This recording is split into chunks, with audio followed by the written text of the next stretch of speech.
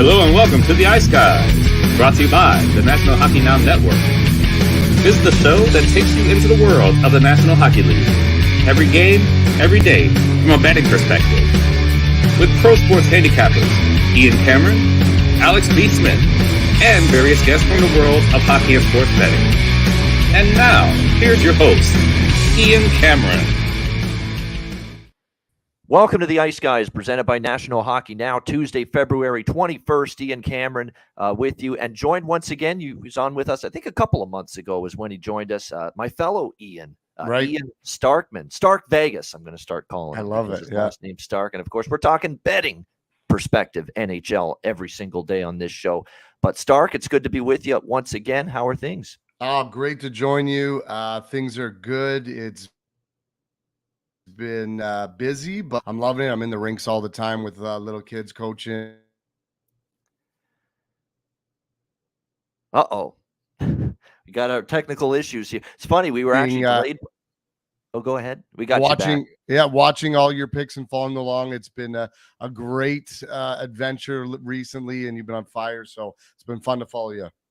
Yeah, absolutely. Good to have you back on the show. And before we even get into the Tuesday card and looking back at yesterday, where we had a couple afternoon games as well because of the holidays on both sides of the border, the Leafs, you're a Leaf fan, obviously. You love this team. The big trade, of course, Ryan O'Reilly, O'Reilly, auto parts, as I always sing. He gets dealt to the Leafs from the St. Louis Blues, and Noel Acciari. Don't sleep on his addition to this hockey team either. Very, very good, strong, useful player at playoff time, especially playing on that fourth line. But your thoughts on that deal as a Leaf fan?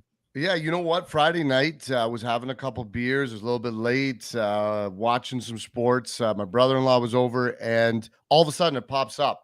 Leafs get O'Reilly. Wow, great move. That's awesome. And it just happened that we were going to the Leafs game Saturday night against Montreal. So we started thinking, is he going to be there? Is he going to play? What's going to happen?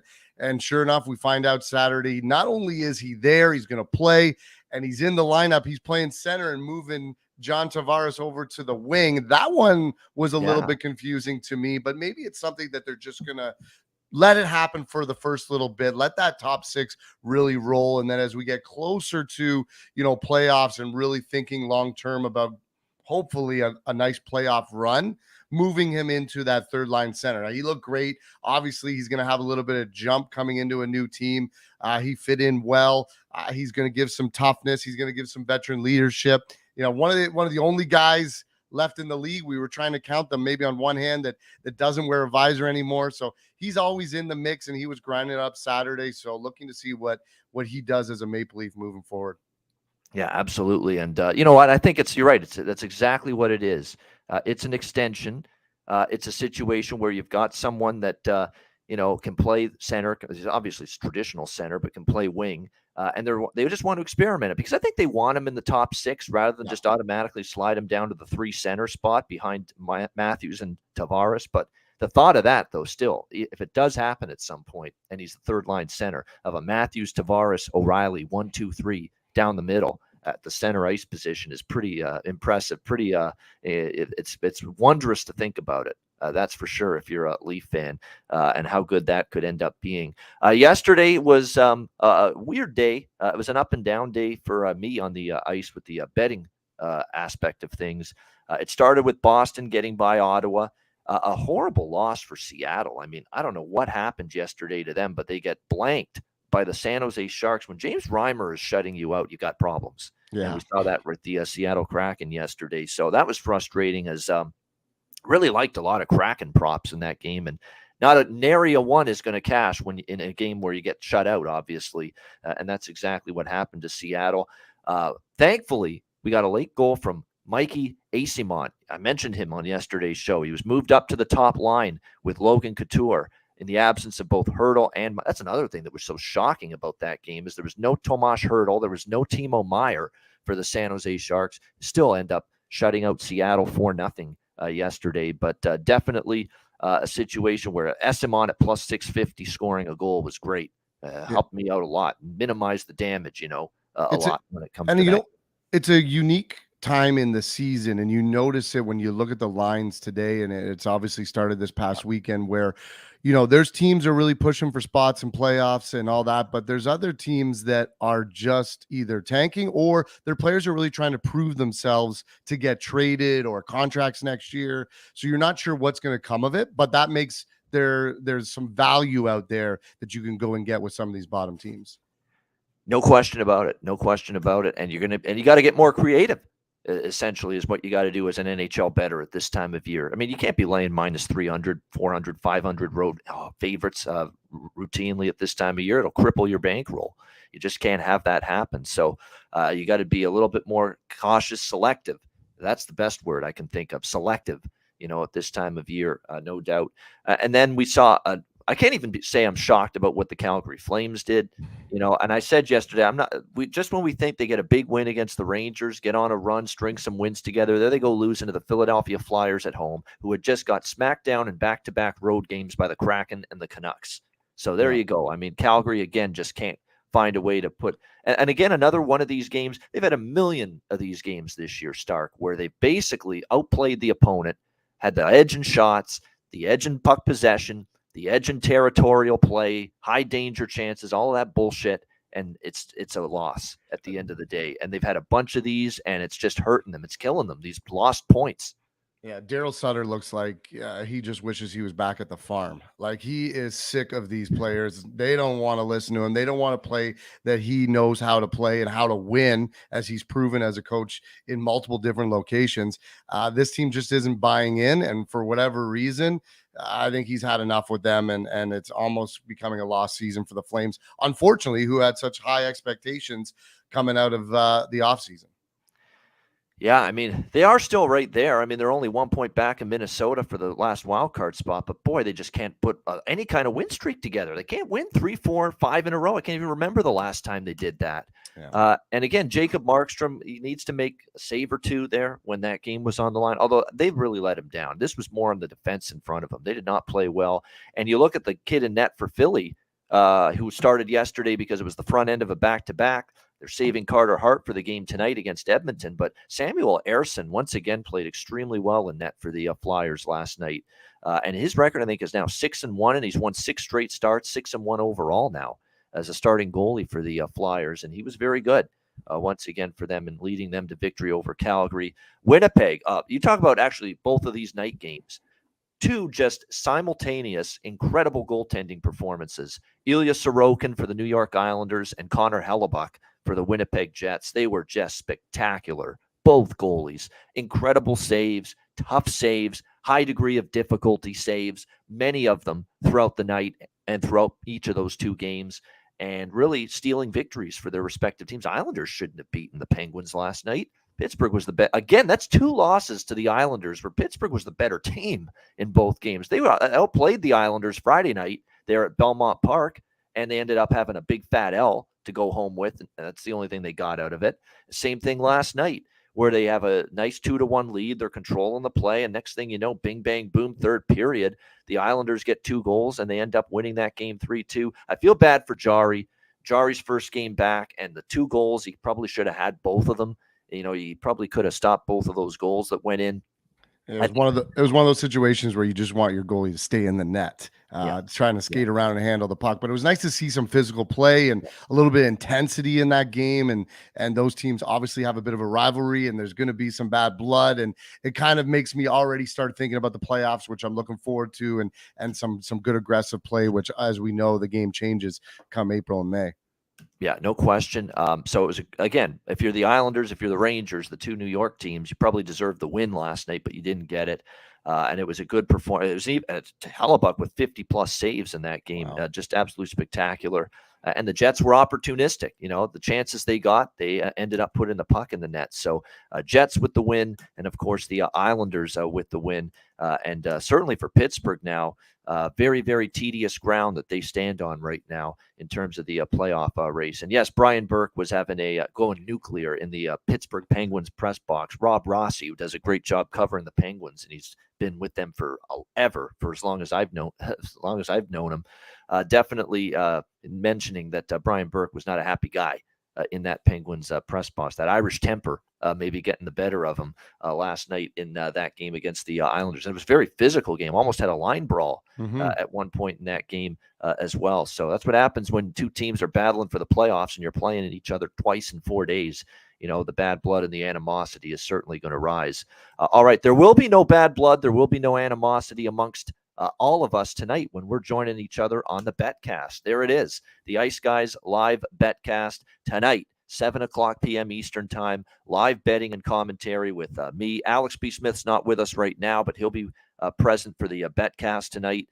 And of course, we'll have a bunch of our viewers and our listeners of the show joining us on the Betcast stream. And there is still plenty of room, plenty of spots available if you want to join us. So DM at Bobano on Twitter or email bobano350@gmail.com. Say, hey, I want to join the Betcast, and we will make sure we send the link to you for the Betcast before it begins tonight. So looking forward to it, and we'll be getting into these weekly Betcasts now the rest of the season.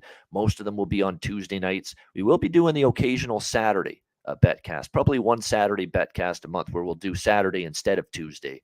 A date to be determined with that, but definitely looking forward to tonight, Tuesday night Betcast, 9 games on tap, and we will begin at 7 p.m. Eastern time, and we'll go through the entire slate. We'll be on live right until the end of that Flyers-Oilers game, which will probably be around 11:30 p.m. Eastern time, maybe midnight, depending on when it ends, but yeah, we'll be with you all throughout the Tuesday night card, so looking forward to that. Again, DM or email me if you want to join us on the Betcast. All right, let's turn our attention to tonight. We've got 9 games in the NHL, and we will begin in Tampa, where it's the Anaheim Ducks and the Tampa Bay Lightning. Tampa Bay minus 580. Risk 580 to win 100? No, thank you. The total 6.5 here in this game. The Lightning obviously should win. They are coming off a road trip, though. And we said that with the Rangers yesterday. That tricky spot especially when you're coming back home from the West. That is not easy for teams to be at their best, to play a great hockey game in that situation. And we got Tampa Bay coming back off a road trip. Now, theirs wasn't all the way out to the West Coast. They played in Dallas, they played in Colorado, they played in Arizona, and then they went as far west as Vegas for the last game of that road trip where they lost 5-4 to the Golden Knights. But still, it's definitely a situation where it's not the easiest spot in the world for Tampa Bay, but is Anaheim good enough to take advantage of it? That's the question about that. And if you're Anaheim, that's a tough one yesterday. You're leading Florida, multiple leads, 2-0, 3-2 in the third period, and typical Anaheim can't hold the lead. That's been a recurring theme from them all season long.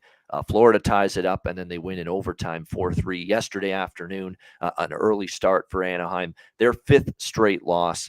And now they got to go to Tampa on a back-to-back. So it's not a great spot. It's bad spot versus bad spot, or it's questionable spot versus questionable spot, I think you can say. It's not the greatest situation for the Lightning off the road trip, but they're off a loss too. Let's keep that in mind. So I think the urgency will be there for Tampa Bay, especially because they lost back-to-back to end that trip. They lost in a shootout to Arizona, where it was just a theft of a game from Connor Ingram. He was outstanding in net. And then, of course, they have the 5-4 loss to the Golden Knights. So this could be a situation where Tampa Bay doesn't take Anaheim lightly. And Anaheim's 1-6 this year, by the way, on the second night of back-to-back games. So that's not exactly a team you want to trust in this spot. But what do you do? I mean, what do you do if you want to bet at Tampa? You can't even bet the puck line. It's too damn expensive. You can't even, the first period puck line, which I usually like with Tampa Bay when they're at home off a bad road game. And they actually have been very good in this spot. They've cashed a couple of times, Tampa Bay, especially first period puck line. Even that, you got to lay a price, minus 125, on a first period puck line on the Tampa Bay line. I do kind of like that. I just wish the price was better on that, but I certainly could make a case for that. If I were to do anything pregame with the Lightning, and of course, this is a Betcast night, so we don't have to, force pregame bets. We can watch the games unfold on the Betcast, and then we can live bet in game. This is the perfect live betting type of game. I do kind of like Tampa in the first period, -0.5, -125, because they've been good coming off a road loss, especially when they return home. They've been good jumping on the opponent in the first period in these spots. So I might look in that direction. Certainly the overs in play. I think you will see goals here, many of them from Tampa Bay. in this game. We talk about how the Lightning, any game with the Lightning right now, Stark, where the total's not 7 and it's 6.5 or less, it's hard not to bet over. I mean, 6-3, 7-2, 7-3, 6-3, 4-3 have been the final scores for Anaheim in their games lately. So the over definitely makes sense. And from a prop standpoint, you look at what the Ducks are allowing in shots: 59, 39, 44, 40, 55. Do you know what that means? You load the fuck up on Lightning shots on goal props tonight. That's exactly what you do. And you could pick from a bunch of different guys. You could go Stamkos. You can go Hedman's been shooting the puck a lot. Braden Point, I think, is a good prop tonight for shots. Anybody Tampa Bay, get involved with it. They are going to fire a lot of rubber tonight at whoever's in net for the Anaheim Ducks. It was Gibson, who was just spectacular yesterday. He's the only reason they got a point. Florida had 50 shots in that game. It might be the young kid Dostal tonight for the Ducks. I think he has supplanted, at least for now, Anthony Stolarz as the backup goalie, because Stolarz is injured at this point in time. So it could be Lucas Dostal here tonight for the Ducks in net. Either way, I expect a lot of shots being fired, a lot of rubber peppered at Anaheim's goaltender, just like it always is. So yeah, any shots on goal involving Kucherov is a good one. Yeah, Kucherov, Point, Stamkos, Hedman. They're all good player prop looks tonight, and I'll be betting all of them, and I'll recap that. Certainly, that'll be a big part of the betcast. This is going to be a very prop-heavy game for me. What do you think here, Stark? Anaheim, Tampa Bay. You know, that's just like me. Like when I go to games, I gotta hit a lot of the props because you're watching every second of it live. So I like to see that. That's me every game, regardless of whether I'm watching it or not. See, I'm thinking just a little bit different, but we get to the same spot. I know that Tampa Bay, coming from the West Coast, playing those games, and usually I'm the same way. That first game back home, I get a little cautious about that. You know, you come back to your regular life, you got things to do, you got errands to run, and you got to get back together, and you got to get ramped back up to play at home. But with this Tampa Bay Lightning team, you know, they're 21-4-2 at home, only 3 points back of the Leafs, 2 games in hand. This is a veteran team. And you know that plane ride back from Vegas after losing now 2 in a row, there were conversations had saying, hey guys, we got to be serious here. We got to make a push. We know that our GM's probably going to go do something in the next couple of weeks. And if you want to be one of the guys staying here, now's the time to prove yourself. Then you got the Ducks, who we mentioned played yesterday, going back to back. And they're a bit of a younger team. Is that going to be more of an issue for them? Are they going to be having a little bit of a harder time getting going? Yes, they're going to be pumped to be playing one of the top teams in the league and maybe want to prove themselves, but it's a tough matchup for them as well. Now, I thought I saw Gibson might be playing too. So I know Anaheim maybe hasn't announced who their goalie is going to be, but with Gibson, his goals against average is 4.07. His last 4 starts, he's let up 22 goals. That's an average of 5.5 just on their own. That almost gets you to the over. Having said that, when I see a team at minus 580, I can't even come close to even wanting to bet them, and I really don't believe in the Ducks enough. So that makes me look 2 different ways. Having said what I just said about the Ducks and their goaltending, and you mentioned the shots they're giving up, I'm going to go with the Tampa Bay team total over 5.5 minus 120. I think they're going to do the majority of the scoring. And yeah, it might get to the overall total as well, but who knows if Anaheim is able to get those couple goals to push you over that. So give me the Tampa Bay team total over. I do agree with you. I like the first period puck line. Minus 125 is where I saw it. I mentioned they're going to come out hot in the first period because they need to prove themselves that the last 2 games, that wasn't really who the Tampa Bay Lightning are. This veteran team, you know, there was a chat. Come out hot. Let's set the tone right. Let's get ourselves back in the right groove. You know, losing to those teams in Arizona and in Vegas, that's not like them. So it's going to be a hot first period for the Lightning. So give me the puck line on Tampa Bay in the first period. There you go. And that's, minus 125 for Tampa Bay. And you rarely see that. First period puck line, you actually have to lay a price, but that's how big of a favorite Tampa Bay is. So it's minus 0.5, minus 125 for Tampa Bay first period puck line. So I mentioned all those Lightning props in terms of shots on goal props. They're all good options. I think you'll cash 80% of them, if not all of them. Because Anaheim just hemorrhages shots on goal. They just give up a shit ton of them. So you can go with a bunch of different, like I said, Tampa Bay shots on goal props tonight. All those guys I mentioned, Stamkos, Point, Kucherov, Hedman, go on down the list. They're all going to be, I think, good bets tonight. But for Anaheim, there's actually a couple.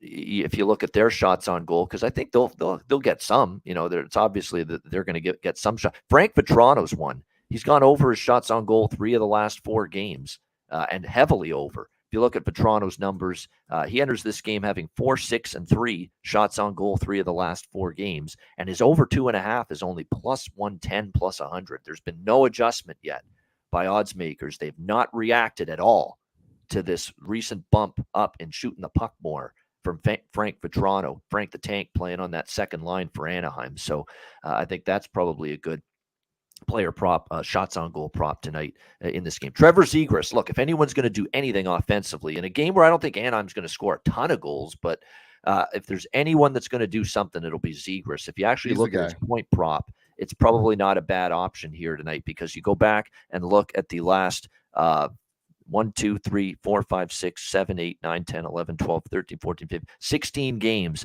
Trevor Zegras has a point in 13 of the last 16 games for the Anaheim Ducks. So that's a pretty good percentage on your side for a Trevor Zegras point prop in this game tonight. So keep an eye on that. I had the odds board up here a second ago, but let me see what the updated price is on that. But yeah, you were talking about the one guy that's been a constant for Anaheim in terms of at least chipping in offensively, Zegras, 13 of the last 16 with a point. Yeah, his point prop's only minus 128, at FanDuel. So it's very, very reasonable.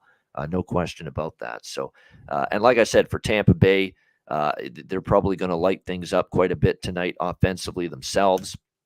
So keep an eye on that. It could go in a bunch of different ways, but you could see, I think the big guns are going to step up when they're off a loss and they're off 2 straight losses. I don't try to get cute and say, oh, this is the night Nemesnikov's going to score. No, Nick Paul is going to score, or Colton, or one of the depth guys. I focus on the big guns. Those are the guys that have got to answer the call, answer the bell off back-to-back road losses to Arizona and Vegas. Who was that? Stamkos, Kucherov, Point, you name it. Killorn. Yeah. Those are the guys. Those are the ones that are going to prove it. They're the ones, they're talking the talk in the dressing room. So now they're going to go out and prove it. And I like them. That first period, they're going to come out hot. It'd be great if you could hit a few of those props early on in the first period and then just sit back and enjoy the rest of the game. Yeah, that's not a bad option too. If your book offers first period team totals, it's not often, not every book has them. Most of them do, I believe, though. Now you can get over 1.5 plus 140 on a Tampa Bay first period team total. So first period team total, Tampa Bay over 1.5 plus 1. That's pretty good. That's actually might be even better than taking the puck line. Yeah, honestly. Because there's a good chance they get 2-0, 2-1 after the first period. I could see it. I think the last time I took Tampa Bay first period puck line start, they led 2-1 after the first period at home. And so the team total over in the first period would have cashed. So it's a good option. Rich H is on top of that. It's a really good option, in my opinion. Maybe looking at that Lightning team total over 1.5 at a plus price in the first period. All right, Montreal, New Jersey. We've got the Devils minus 350. Home favorites, 6.5 the total in this game. Montreal, of course, we know that they are a pretty riddled hockey team right now and shorthanded with all the absences out of the lineup.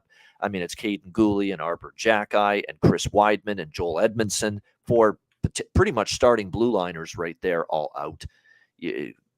Cole Caulfield, of course, on IR weeks ago. He ain't coming back. Brendan Gallagher on IR. Jake Evans on IR. Sean Monahan on IR, Uri Slavkovsky on IR, Kirby Dach is now out as well for the Montreal Canadiens. So it is the infirmary, and it is full. There's no room at the inn. There's no room in the infirmary right now for the Montreal Canadiens with everything that they're dealing with at this point in time. I will say this, though, about them. They continue to battle. I mean, with as depleted a roster as they have right now, you got to give Marty St. Louis some credit for keeping this team's effort level high. They're obviously going through some tough times now. They've lost 2 in a row as the injuries have mounted. They haven't been the same team on the road. Most of these Montreal upsets have been at home. If you actually look at their recent results, the win against the Islanders, the win against the Oilers, the win against the Blackhawks, all of them at home. And then they go on the road, they get slapped, and they get beaten up 11-3 combined score against Carolina and Toronto in their last 2 games. So, it is. Keebs is right in the chat. It's an AHL team. It's an AHL roster right now. That's what they have. So it's tough to back them. But, again, do you want to lay minus 350 with any team? No, I don't. So, look, New Jersey's playing well. They got Jack Hughes back, 2-0 with Jack Hughes back in the lineup, beating Pittsburgh and Winnipeg in back-to-back games over the weekend. No question. So, it's obviously I can't really make a strong case for Montreal. You know what you can do, and I've talked about this potentially. You could do Tampa Bay, New Jersey, Carolina, 3-team money line parlay and get around even money, minus 110 with that. Yep. That's not bad. Upsets can happen. We get it. But I think it's very difficult for Anaheim to beat Tampa tonight. I think it's going to be very difficult for this AHL type roster that Montreal's trotting out there to beat New Jersey tonight. And St. Louis is the ultimate bet against team for me right now. I want no part of the Blues. They're trading away people. That was a pathetic effort against Ottawa. They're just no good right now as they continue to get rid of players before the deadline. So Carolina should beat them. So to me, that's the way you maybe go about it. String together a 3-team money line parlay with Devils, with Canes, with Lightning, those 3 teams, and you'll get around minus 110. I'd consider doing that. Other than that, it's more of a prop game for me here, and more focusing on Devils props in this game. Dougie Hamilton, shots on goal. We keep on rocking that. Definitely. Jack Hughes as well, shooting the puck a lot the last game. I think his shots on goal number, I think, is worth a look again because, and I know it's 4.5, but this guy's like getting 5-6 shots here in many a game for the New Jersey Devils. So I think you could even look in that direction as far as the shots on goal number is concerned. And as far as some other looks here, I'm just looking at the recent form here in this game. Oh, Dawson Mercer. Let's talk about Dawson Mercer here for the New Jersey Devils. Jack Hughes gets the attention. Jesper Bratt gets the attention. Nico Hischier, of course, gets a lot of attention. And Hischier over shots on goal is probably a good look tonight as well, along with Hughes. But Dawson Mercer's now up on the top line with Hischier and Tomas Tatar. And Dawson Mercer's really gotten it going since he's been given this opportunity by Lindy Ruff. He has 5 points and 4 goals in the last 3 games for the New Jersey Devils. He's a great prop look tonight across the board. Goal prop, point prop is excellent for Dawson Mercer because if you actually look, he has gotten a point in 3 straight games. He has scored a goal in 3 straight games for the New Jersey Devils. So, yeah, it's a Dawson Mercer prop night here for me in this game. It's one of my favorite goal and point props of the entire night, actually. Dawson Mercer right now for the Devils. What I like about his game is he goes to the net. He takes the puck to the net hard. He goes to the tough areas to score goals. Plus 290 to get a goal. Plus 105 at DraftKings to get a point. That is an incredible price. Plus 105 Dawson Mercer to get a point for the New Jersey Devils tonight. Pretty good. A guy that's got, what in the last 3 games? He's got 5 of them, I believe, in terms of points in the last 3 games for the Devils. Yeah, 5 points in the last 3 games. 3 straight games with a point. It's plus 105. It's a great price on Dawson Mercer to get a point and get on the score sheet. What do you think here, Stark? Montreal, New Jersey. Yeah, and I mentioned this. I saw the Montreal Canadiens live in person on Saturday night against the Leafs, and it's breaking news. They suck. They're awful. They're an AHL team. They didn't play well. They scored the first goal, and I immediately hammered the Leafs money line to come back and win. And, of course, the Maple Leafs took over that game right away. It's one of the great things about live betting now and being able to be at the game and do that. So really enjoyed that. I mean, yes, I know Montreal is bad, but we're really going to consider the New Jersey Devils as a powerhouse team in the East. I'm not. They're not up there with the Lightning and Bruins and Maple Leafs. I just don't see it. They're a good team, but they're not good enough to consider them one of the elite teams in the East. And for that reason, they kind of scare me on betting on them, kind of like I just did with Tampa Bay. You never know what you're going to get. Could Montreal, could some of these young guys pull out a win and maybe make it a close game or take it to overtime, which rules out any sort of regulation bet? It could happen. So I really am cautious about betting for the New Jersey Devils. Vanchek's a good goalie, only 2 goals against in his previous 3 starts. Well, Montalban, he's a decent goalie as well, but he's got something he's got to prove after his last game against Carolina. He gave up 6 goals on 41 shots. Having said all that, For this game, I'm going to go with the under 6.5. It's minus 120 right now. Look, it's a bet the under. Don't look at the score until about 10 p.m. to confirm it was a 3-1 Devils win in a boring game, and then you collect your winnings. That's all I want to do with this game because it's not one I want to watch. I watched Montreal Saturday. I don't want to see them ever again. Just let me look at my app at the end of the day to prove that New Jersey won this one under 6.5. All right, under 6.5. I could see this being under because I could see 4-1, 5-1. I could see it being that kind of game for New Jersey, where New Jersey gets their goals, but you wonder if Montreal gets theirs, in this matchup here tonight. And it looks like, by the way, it's going to be Vitek Vanacek for the Devils in net tonight, and Montembeault has been confirmed, of course, for the Montreal Canadiens for their starting goaltender tonight. And I just want to look at one more thing here. I just want to see what the price is on this here. Yeah, minus 145. It's not bad, but Jack Hughes assist. His point prop is obviously, look, it's if you want to get for him to get a point, you got to lay minus 400. That's how good he's been. Yeah. 1.5 points is plus 115, which is if you're going to bet Jack Hughes points props, you've got to go in the over 1.5 at a plus price for a better number. But he's minus 145 to get an assist. And, he's got assists in 7 of the last 10.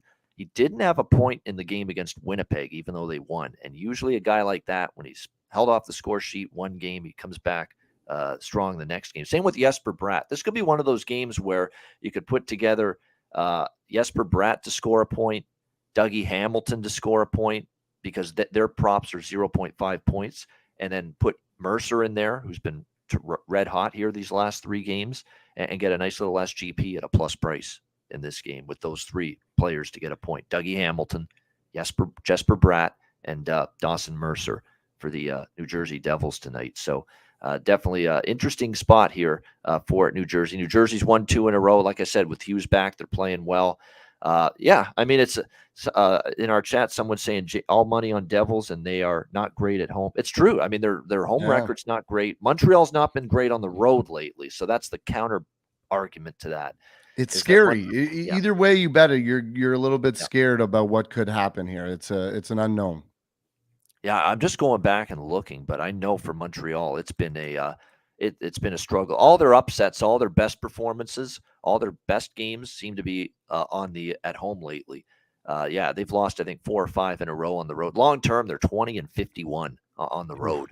This Montreal team. So we'll see if they can shake those road woes here. Oh, Josh Anderson overshots on goal for Montreal. Like, if you're gonna take some Montreal prop tonight, Josh Anderson. I mean, with no Slavkovsky and no Caulfield and no Kirby Dach, who the fuck's going to do anything for them offensively? That's the guy, Josh Anderson. He's got to be the guy now for Montreal. And he did score their only goal against Toronto. He always scores against Toronto. Great Mark shot. that down in your mind for the future. Anytime GTA Montreal guy. plays Toronto, take Anderson props. Yeah, those GTA guys, they always get up to play the Leafs.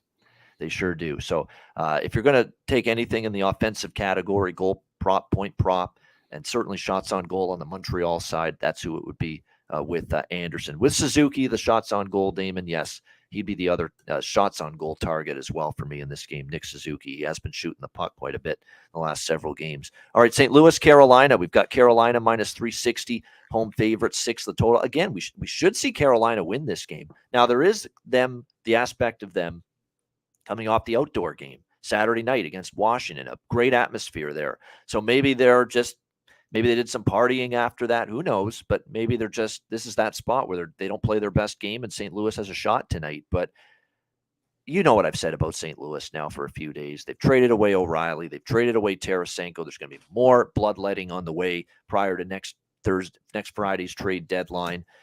Barbashev's going to be moved out of there.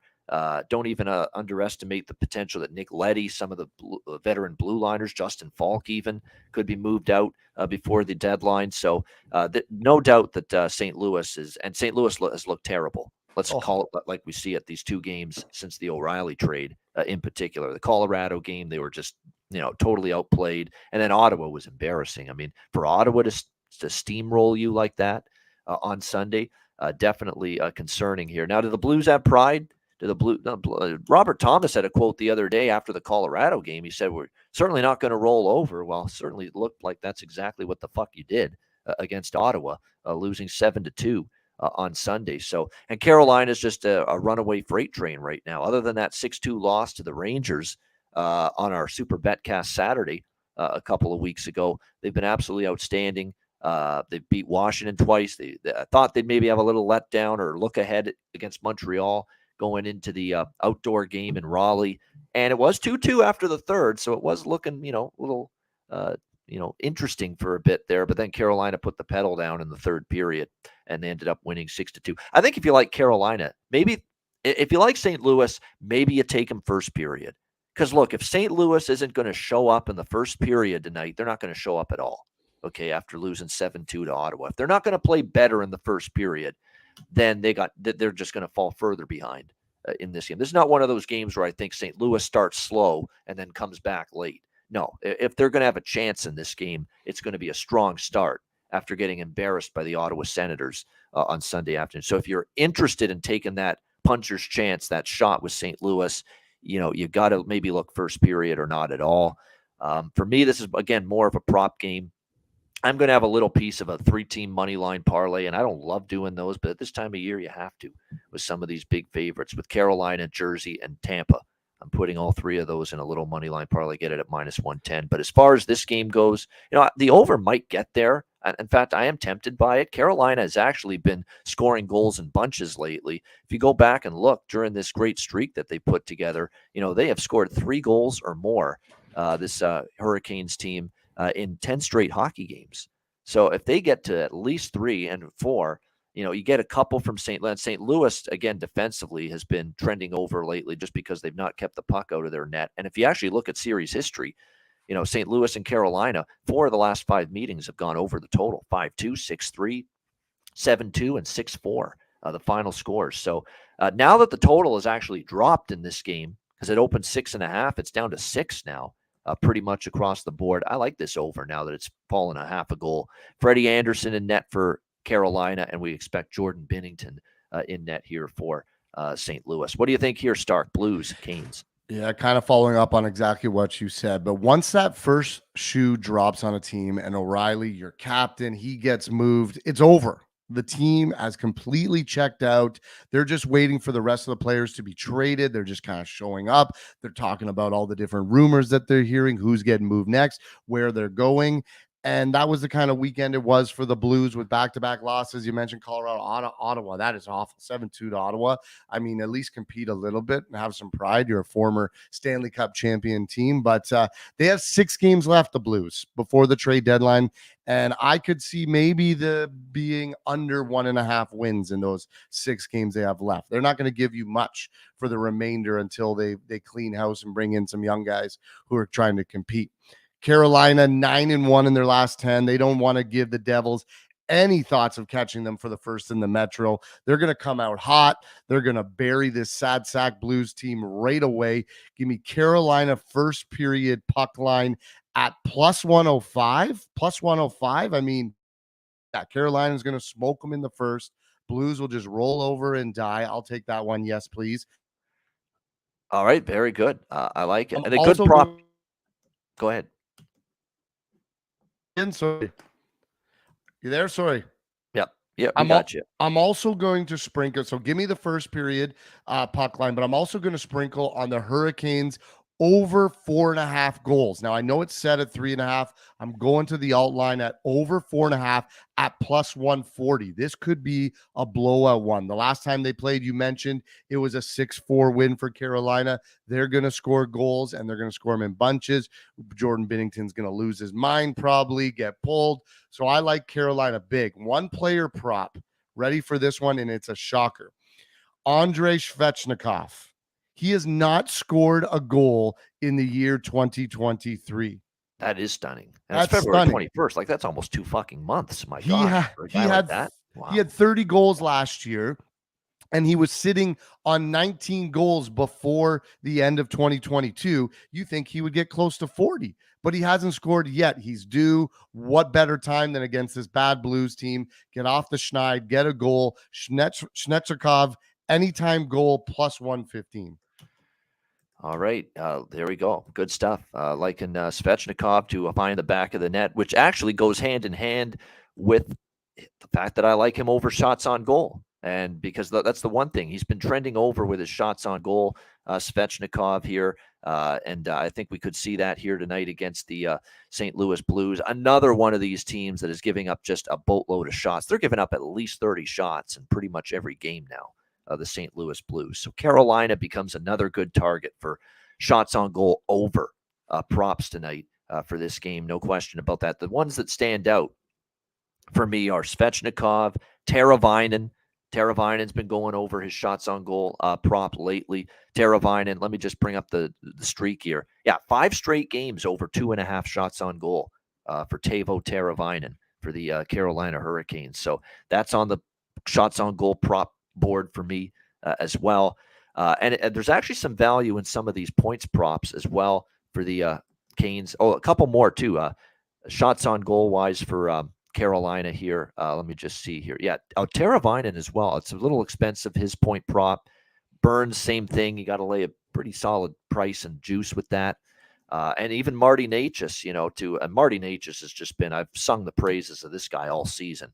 So if you want to sprinkle anytime goal score, plus 210, to get a point with him. Now there's some players for Carolina, where it's minus 190. For Necas to get a point, it's still only minus 155 at DraftKings. So I don't mind laying that kind of a price. Minus 190 is a little rich for my blood, but minus 155 for Necas to get a point, like he's just been absolutely automatic for the Hurricanes. He's been spectacular, just chipping in offensively routinely, night in, night out. So that's not a bad option. If you want to go down the list in terms of the bargain bin for guys that are playing well right now on the Hurricanes, players that are stepping up offensively just in the very short term, the captain, Jordan Staal, he has at least 1 point for Carolina in 7 of the last 10 games, and his point prop is plus 120. So a plus price for Jordan Staal for Carolina to get a point, which I think is definitely a good consideration here. And if you really want to go down the board a little bit in this game, Jordan Martinook for the Carolina Hurricanes, he now has gotten a point in 3 straight games for the Hurricanes coming into this game, and he is also in that plus 120 range to get a point for Carolina. Again, this is Staal, 7 of 10 with a point. Martinook, 3 straight games with a point. And both of these guys are plus 120 to get a point tonight. Why not? Why not? It's good value with the recent form we've seen from both of them right now. So good considerations there. And again, this is one of those nights where I will be very prop heavy tonight. We got a live betcast, man. We got to have shit we can cheer on while we're on the betcast tonight. So it's going to be a prop peppering for me here tonight on this Tuesday card. So definitely interested in that. And I'm going to mention another goal, or not a goal prop, but a shots on goal prop on the St. Louis side that I've been riding with Stark a lot lately. Justin Falk, over 2.5 shots on goal for St. Louis. He has been just shooting the puck quite a bit. And I was worried when Torrey Krug came back against Ottawa that maybe Justin Falk's shot volume would decline a little bit. No, but he still had, and he actually stayed under in his last game, shots on goal, but he still had 2. He had almost 10 attempts. So he still was shooting the puck quite a bit in that game. And even with that, finally that shot prop staying under against Ottawa, Justin Falk has still gone over the shots on goal prop 5 of the last 6 games for the St. Louis Blues. So I think Falk over shots again. Not a bad option to consider here for St. Louis in this game tonight. All right, next up on this Tuesday slate, Detroit Red Wings, Washington Capitals. We've got Washington minus 160, home favorites, 6 the total in this game.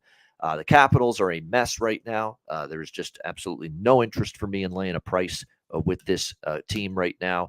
I've made the ship reference, the captain reference on this show the last couple of days, that right now this Washington team looks like the guys on the ship that are trying to steer it to shore, but they can't because the captain's been thrown overboard. And without the captain, the ship sinks. That's Washington right now. Without the captain, the ship sinks. And without Alex Ovechkin, who's mourning the passing of his dad, they've looked totally lost, right? Lost at sea, essentially, Washington Capitals. They haven't looked good at all. They've lost 4 in a row against San Jose at home, Carolina in 2 of the last 3, and then a 6-3 home loss to Washington. It's just rough right now for them. And it's not just Ovechkin. John Carlson's missed on the blue line. Connor Brown brings them great energy, and they don't have those guys in the lineup either going into this game tonight. The good news is Tom Wilson just came back from injury against Carolina, and he got their only goal.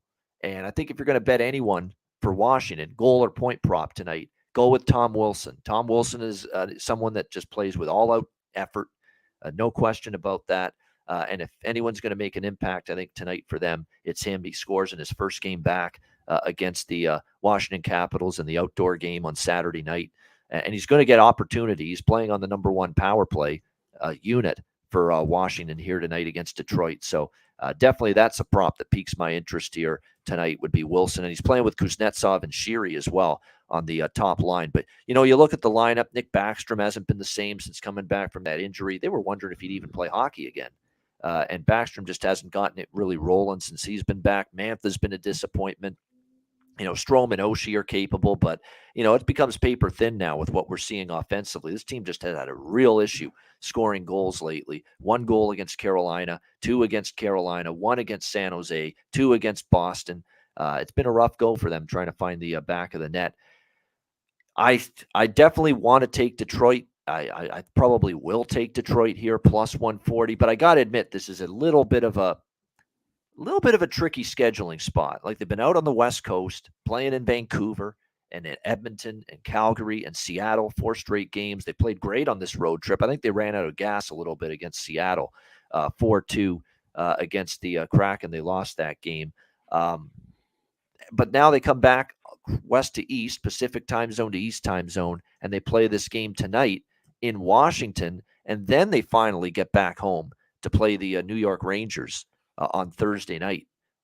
So it's not a greatest of spots scheduling wise, travel wise for Detroit, but I'm still going to take Detroit because just Washington's not backable, and Washington's a team I'm very much willing, spot be damned, to fade when they're laying minus 160 right now, like they are tonight. So I do like Detroit. Dylan Larkin, anything Dylan Larkin, overshots on goal prop, point prop, anything Dylan Larkin. The guy is just on an absolute heater right now, smoking right now for the Detroit Red Wings. He's been absolutely spectacular. What is his point prop net, or what is his point streak at now? 4, 5, 6, 8 game point streak. Wow. Unbelievable. He's got 13 points in those 8 games as well. And he's also on a, not actually 5 of the last 6 games he has scored a goal for the Detroit Red Wings. So yeah, anything and everything Dylan Larkin is co-signed by yours truly tonight in terms of player props. So what do you think here, Stark? Detroit, Washington. Yeah, I know a lot of people are probably asking themselves, why is Detroit so hot of late? 7-3 in their last 10. They even beat the Oilers, as you mentioned, out on the West Coast last week.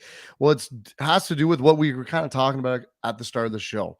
It's because these players are trying to prove their value before the trade deadline. I don't think the Red Wings are going to slip into a playoff spot, but these players are playing hard and they're trying to really showcase themselves. Robbie Fabry playing good, Bertuzzi, there's another one, Perron, and you mentioned Dylan Larkin. Now we know Dylan Larkin, it's up to him if he wants to get traded or not. So, why is he so hot the last 10 games? Maybe, as he said, okay, green light, you guys can move me. Here's a list of teams you can move me to. And he's turning it on right now. I love the idea of hitting all of his prop bets tonight because he's going to be on fire. It's going to be an interesting, week and a half for the Red Wings. What do they do?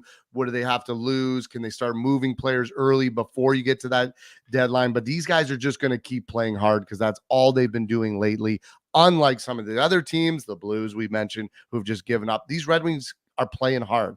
Husso's been great in net, lights out, 4 wins his last 5 starts. But this game does scare me. I mean, after everything I just laid out about Detroit, why are they the underdog against a Capitals team? They've lost 4 in a row. They sit outside the playoff spot, but they're only 2 points ahead of Detroit.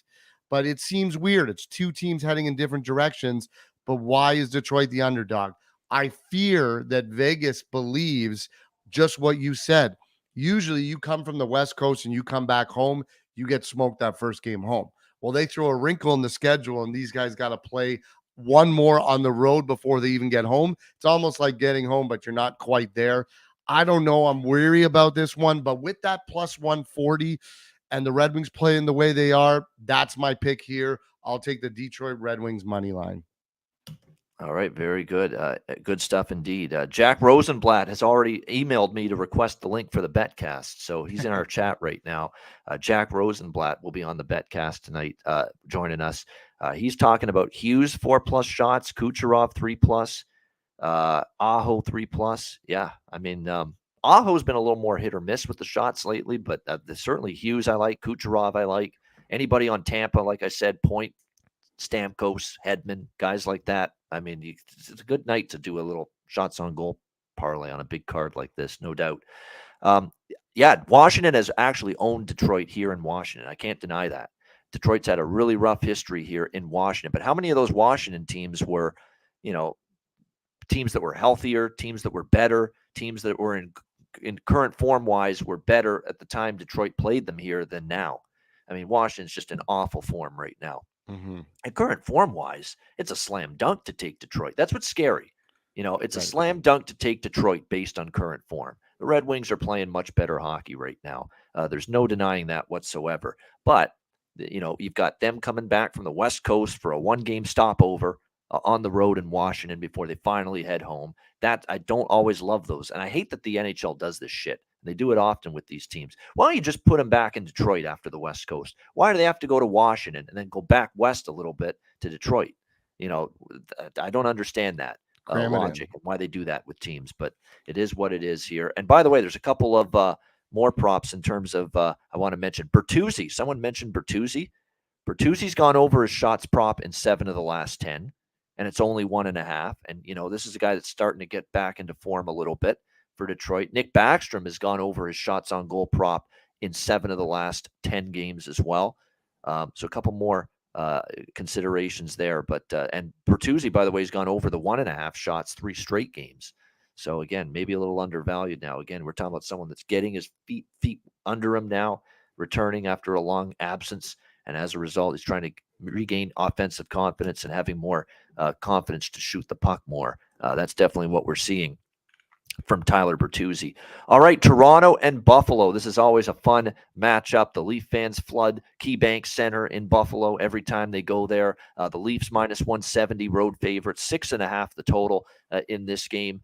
You've got the Leafs coming off that whirlwind weekend, and you can tell that was a team physically, emotionally, mentally drained, mentally and emotionally and physically spent Sunday night in Chicago.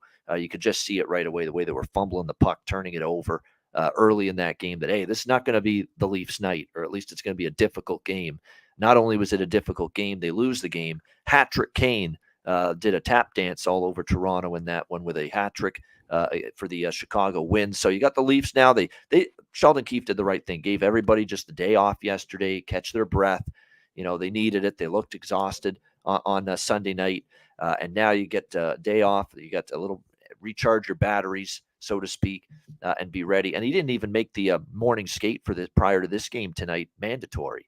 It was not a morning skate for the Leafs. So again, just giving them the option of, hey, we've played a shit ton of hockey. That was a really physically, emotionally demanding weekend. Maybe if you need the extra rest, have it. So I think the Leafs will be fired up and they'll play well tonight. I think it's definitely a Toronto spot to bounce back, but I'm not laying this price against this very feisty, plucky, very talented Buffalo team. Talented offensively, though, as I should stress. Buffalo still has their issues defensively. We see this night in and night out. I've still got some worries about them at the back end, but you can't argue with what they're doing offensively. I mean, it's just such a fun team to watch. They have incredible ability, incredible talent, incredible speed.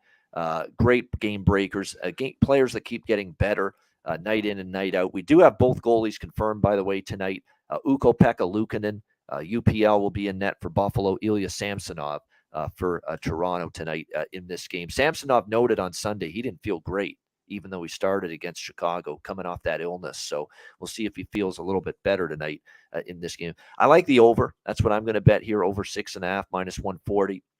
Nothing on the side for me. I actually lean Buffalo at this price, but I'm not going to take Buffalo here with Toronto off that game against Chicago where they didn't play well. But I do lean Buffalo. I do like the over. The over will be for sure a play for me in this game. As far as the prop market goes, there's a bunch of good ones. Alex Tuck over 2.5 shots on goal. We've been talking about this over and over again with him. Going over the shots on goal. He keeps on going over that shots on goal number, and it's still only minus 120 for over 2.5 shots for Alex Tuck.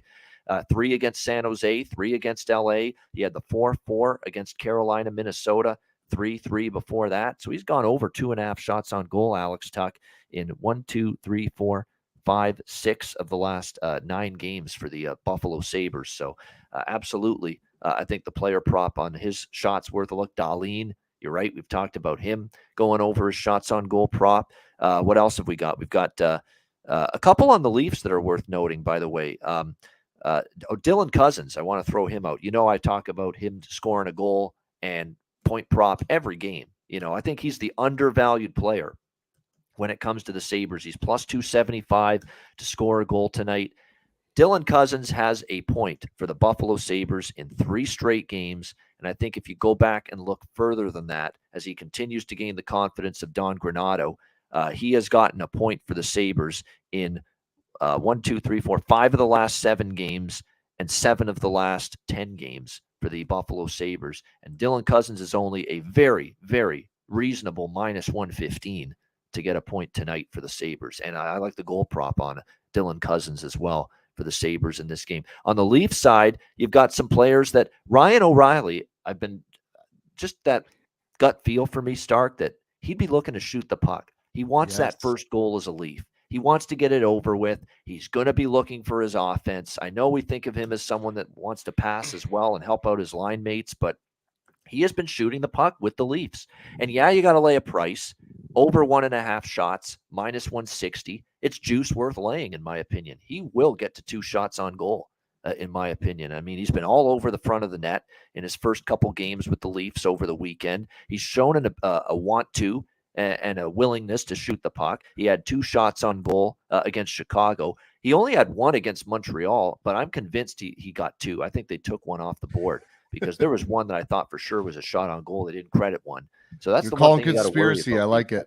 I know, but he had 2 against Chicago. He was all over the front of the net. He wants to, I think, shoot the puck a lot. He wants to get that first goal in the blue and white, and I think that's a good prop as well. What do you think here, Stark? Your Leafs taking on the Sabres.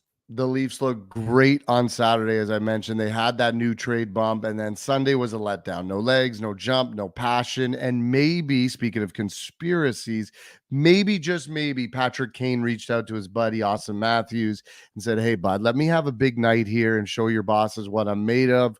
Wink, wink. And obviously, Patrick Kane had a fabulous night on Sunday night against the Leafs, vintage Kane. So what can you do? Every once in a while, a good player is going to beat you. So it is what it is.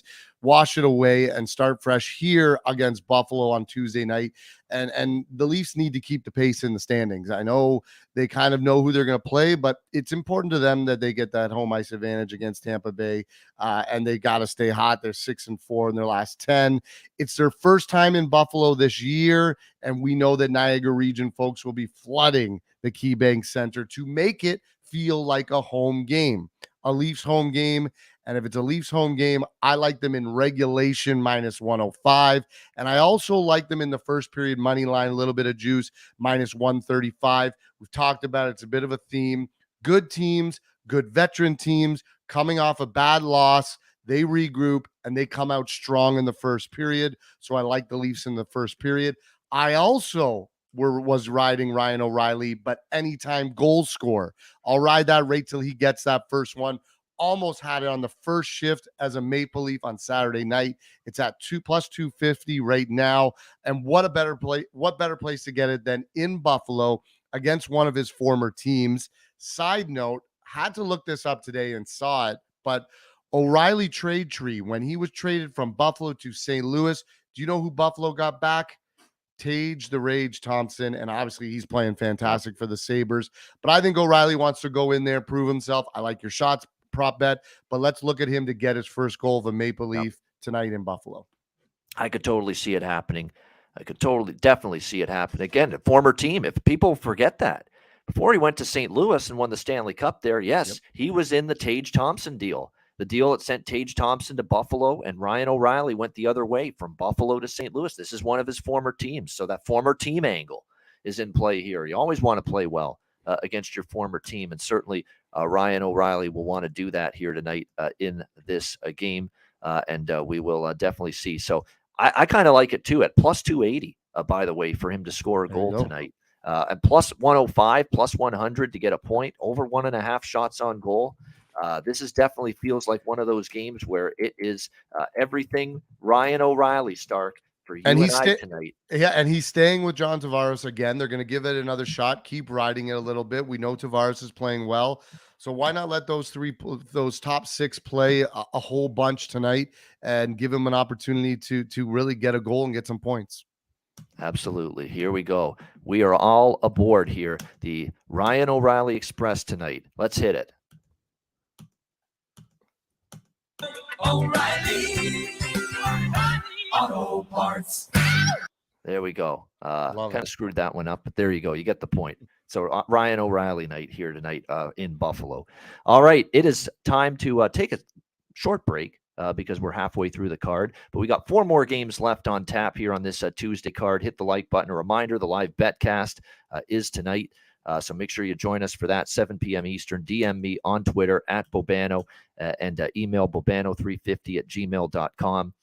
And if you want to join us on the betcast, we'll be back for the remaining 4 games on this Tuesday card right after we hear from Gramco. All right. Whether you or your team's game is on the field, screen, racetrack, or the ice, Gramco is for the game. Grown by farmers who spent years developing premium hemp genetics, Gramco provides customers with consistent quality Delta 8 products ready for any occasion.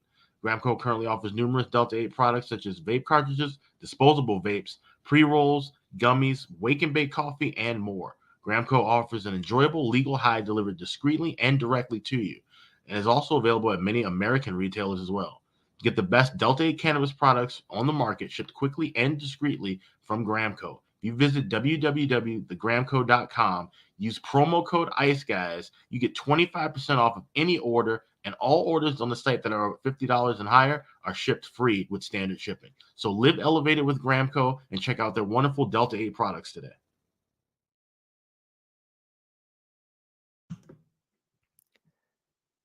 All right, we're back here on the Ice Guys. 4 games left. We head to Music City. Vancouver Canucks, Nashville Predators. Nashville minus 150, home favorites, 6.5 the total in this game. I'm on Vancouver here, plus 130. I'm on those Vancouver Canucks in this game. This, to me, is a Nashville team that I think the writing's on the wall. That loss against Minnesota was just devastating, because they look like they're at least going to get a point and have a chance still to get 2 points in the win in overtime. And the next thing you know, the puck ricochets in off Ryan Hartman, and Minnesota wins that game 4-3.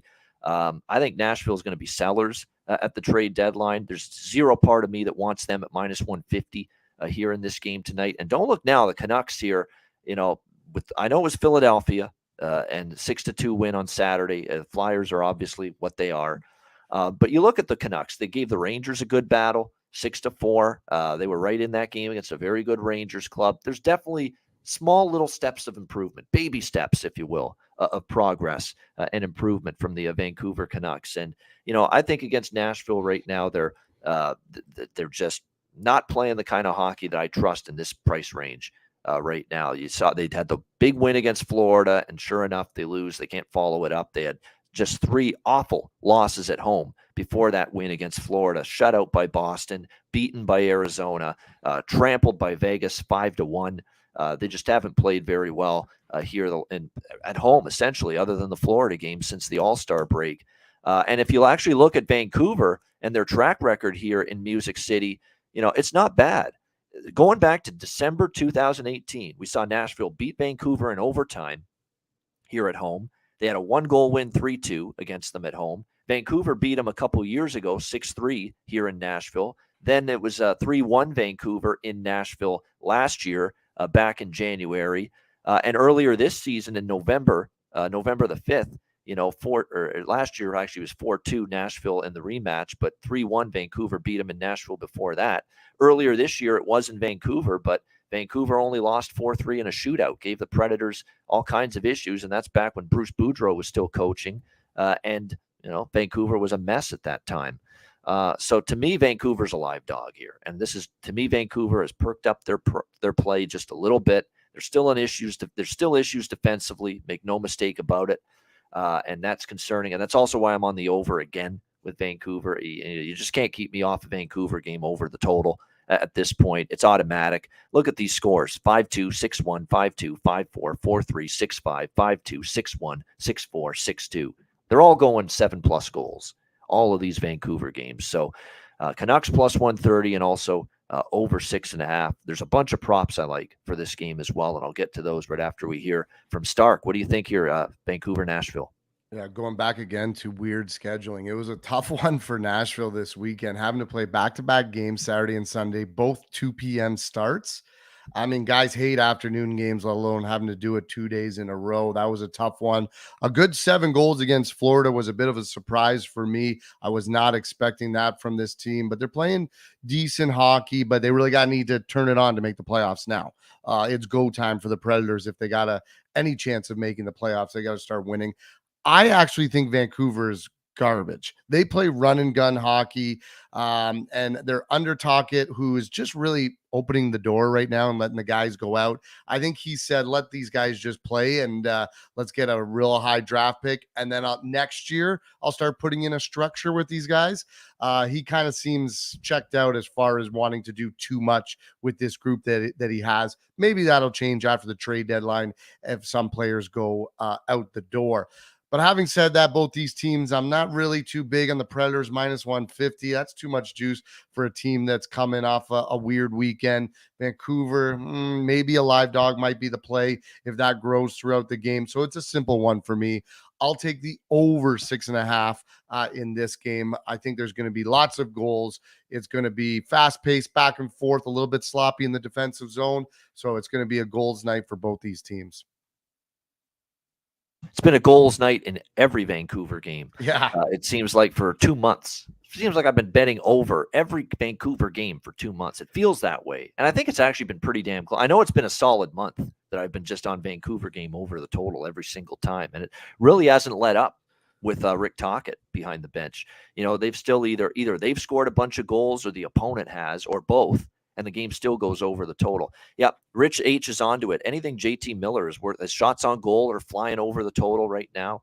There's no doubt about that.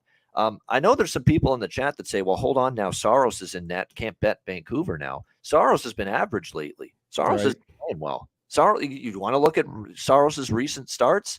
Gave up 4 to New Jersey in a loss, 4 to Vegas in a loss, 5 to Boston in a loss, the 4-3 loss to Minnesota. Now, it was kind of bad horseshit luck that the puck ricocheted off Hartman, but, this is not a good form Juuse Saros right now. Not anywhere close to the way he was playing a few weeks ago or a month ago. So it's definitely a guy that's not playing his best hockey right now. So this Vancouver team can score. That's never been an issue. Canucks can find the back of the net. So I do think they can pepper Saros and put some pucks past him tonight in this game. So and Nashville can certainly score against any. I've got issues with Nashville offensively, but against this Vancouver defense, they should be able to score. But as far as the props go, Miller over shots on goal is a great prop. He's been trending that way. No question about that. Point props a little too pricey, but over shots on goal 2.5 minus 140 is a great bet in my opinion. He's been shooting the puck quite a bit lately. Roman Josi for the Nashville Predators. He's seen an uptick in shooting the puck more often for the Predators. So over 3.5 shots for him at minus 150, I think is something that could get there. He's been peppering the puck a lot from the blue line of late for Nashville. So definitely keep an eye on that. Andrei Kuzmenko for the Canucks. Talked about how he was a great find in the offseason for Vancouver. And he is someone that has gotten a point in 3 straight games for the Canucks entering tonight. So Andrei Kuzmenko in some form, point or goal prop, could be worth a look. To get a goal, it's plus 235. To get a point, it's even money, minus 105. It's a great price. He's, again, got a point in 3 straight games. Beauvillier, look at what he's doing all of a sudden. He's only minus 110 to get a point tonight, plus 250 to score a goal for the Vancouver Canucks. And sometimes all it takes is just a little change of scenery. Sometimes that's all you need. And Anthony Beauvillier, since joining the Vancouver Canucks here, He has scored 4 goals, and he has collected 2, 3, 4, 6 points in 5 games. 4 goals, 6 points in 5 games for the Vancouver Canucks since joining the team in that Bo Horvat trade. So Anthony Beauvillier has clearly found himself with a little bit more of a fresh start, and the change of scenery is doing wonders for him here with Vancouver. So it's a good prop game, no question about that. All those players I mentioned, I think, are good looks in terms of player props here tonight in this game. Oh, I forgot to mention William Nylander for the Leafs over shots on goal. I can't believe I didn't mention that, but I've been betting his over 3.5 a lot lately. It came through again against Chicago and the Montreal game on Saturday night, but both Leaf games over the weekend. And Willie Nylander is he's firing that puck. Night in and night out for them. So I think his shots on goal worth a look there in that one. So good prop game there. We move on with LA and Minnesota. Minnesota minus 125, home favorite, 6 the total in this game. Minnesota, 2 straight wins, much needed. Calm the waters a little bit. It's a team that's been criticized for their recent play, but to get back-to-back wins, now it was by the skin of their teeth, both games, and they came against Dallas, who are kind of scuffling right now. They really are scuffling, Dallas. They followed that up, losing to Minnesota, losing to Columbus over the weekend. And then Minnesota had the 4-3 win against Nashville, where they get the goal in the final seconds of that game. I don't want to lay a price with Minnesota. I could only look at the LA side. They've won 4 in a row.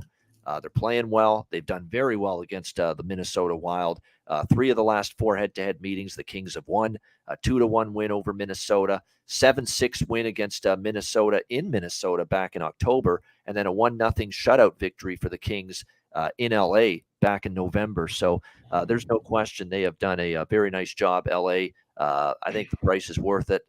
Again, Minnesota's starting to show signs, of a pulse and turning it around and getting back on track. I respect that, but I don't respect how they won those games. Dallas by the skin of their teeth. Nashville's kind of scuffling, and they barely won that game, and they couldn't hold a lead. Remember, they were up 3-1. They couldn't hold the lead. That's concerning for me, for Minnesota. And this LA team, they're going to make Nashville and Dallas look like they've got a little pellet gun when they're shooting the puck. Compared to LA. LA is scoring goals in bunches right now. This is an impressive offensive outfit right now, the LA Kings. Look at these goals that they've scored since the All-Star break. 6, 5, 6, and 6. Now, granted, other than Pittsburgh, and Buffalo's a pretty decent team, but I know Anaheim and Arizona were 2 of the opponents, but no, they're lighting it up offensively right now, this Kings team. So I like the over a little bit here. Minnesota has actually started to get some traction offensively. So I do like the Kings. I do like the over in this game. And from a shots on goal perspective, come on. You know what I'm on. You know what I'm taking here. J-E-K. Joel Eriksson, J-E-E, I should say. Joel Eriksson-Ek for the Minnesota Wild. Every single game he's going over the total with his shots. I mean, it's just every single game lately for the Minnesota Wild. And he's been one of their main proponents in terms of offense. So, again, the price is just creeping up more and more with every passing game, but still it's over 2.5 shots on goal, minus 145, at some books. So Joel Eriksson-Ek just continues to be a shots on goal machine. You just bet over 2.5 with Joel Eriksson-Ek and you probably cash a ticket. And it wouldn't shock me to see that transpire once again here tonight in this game for the Wild as they take on the LA Kings. Fiala over shots on goal for LA as well. Former team, playing his old team, Minnesota, maybe to score a goal, get a point. You're always excited when you play your old mates. He's plus 225 to score a goal. He's minus 135 to get a point.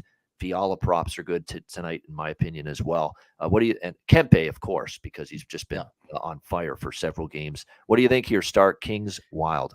Yeah, you know what? If you're just a casual hockey fan or a fan of just one team and you only follow that one team, you probably don't know where the LA Kings sit in the Western Conference, maybe 7th, maybe 10th. Haven't looked in a while. They have the 3rd best winning percentage in the entire Western Conference right now. They've come a long way from that drop off after those cups. They've really built this team back up, and they're only getting better, winning winning their last 4 games in a row, scoring an average of 5.75 goals in those games over that stretch. That's great. This is a really good overall team. They only have 2 players over 20 goals. They got a solid D-core led obviously by Drew Doughty. and Michael Anderson as well, who plays a lot of minutes for them and plays good, solid defense. Plus, they have a goalie tandem that works. You know, a lot of these teams, they got goalie tandems, but doesn't always work. This one works. Copley quick, back and forth, each getting opportunities to play, both getting wins when they need to. Tonight, it looks like it's going to be Copley, which actually surprised me because the last time the Kings played the Wild, it was a shutout by Jonathan Quick. But they're going with Copley, going to play it either way. Really good team. Minnesota's battling for that final wild card, and they're a team that's looking to possibly add at the deadline. But I can't turn down the better team with plus money. So I'm going to take the LA Kings plus 105. Yeah, I mean it's hard not to. I mean it's hard not to. 17-3-1, by the way, now is Phoenix Copley as a starting goaltender for the LA Kings. I mean, he's just been up. But don't sleep on Gustafsson. Gustafsson's been good for Minnesota. But again, the more he starts, it's the Alex B. Smith theory. The more he starts, the more the minutes pile up. The games started in a row pile up for a guy that's not used to starting this many consecutive games in a row. You don't play as well. I think, they got to get Fleury back in there at some point. I know he's struggling. He's, fighting the puck right now, but, you can't just wear Gustafsson right into the ice at this point in time. But no question, it's going to be a tricky spot here with Fleury. They got to be careful. You just can't be riding the pine game in and game out. Eventually, you got to get him back in there. We'll see if that is the case.